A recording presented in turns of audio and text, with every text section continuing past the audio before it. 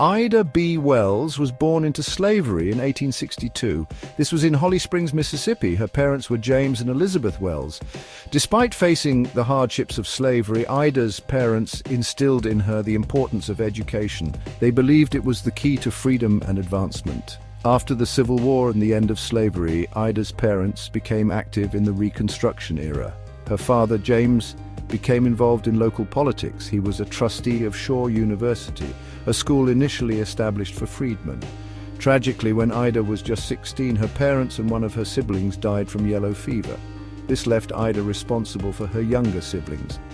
To support her family, Ida took a job as a teacher. She continued her own education by attending Rust College. She later moved to Memphis, Tennessee, to live with her aunt. There, she continued teaching and became increasingly aware of the racial injustices faced by black people in the South. This awareness would later fuel her activism. In 1892, a pivotal event occurred in Memphis that would forever change Ida B. Wells' life and propel her into the fight for racial justice.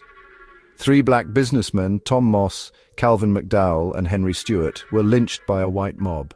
These men were friends of Ida B. Wells. Their only crime was successfully running a grocery store that competed with a white-owned business.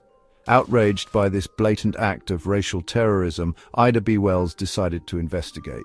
She knew that the mainstream media would not cover the story fairly. She began interviewing people and collecting evidence. She wanted to expose the truth about the lynching. Through her investigation, Ida B. Wells discovered that lynching was not about protecting white women from black men, as was often claimed. Instead, it was a brutal tool of racial control used to terrorize black communities and maintain white supremacy. Ida B. Wells began writing about her findings in her newspaper column, Living Way.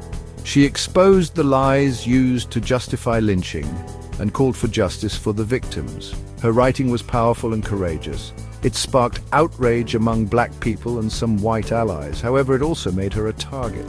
Facing threats of violence, Ida B. Wells was forced to flee Memphis. She moved to New York City, where she continued her work. She published her findings in a pamphlet titled Southern Horrors: Lynch Law in All Its Phases. This pamphlet, along with her later book, A Red Record, documented hundreds of lynchings and their horrifying details. These works helped raise awareness about the horrors of lynching and galvanized the anti-lynching movement. Ida B. Wells' contributions to the fight for racial justice extended far beyond her anti-lynching work. She was a tireless advocate for women's rights, helping to found the National Association of Colored Women in 1896.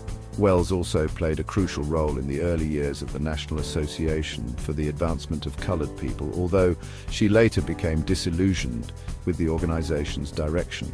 Throughout her life, Ida B. Wells faced constant threats and criticism. Despite this, she never wavered in her commitment to speaking truth to power and fighting for a more just and equitable society.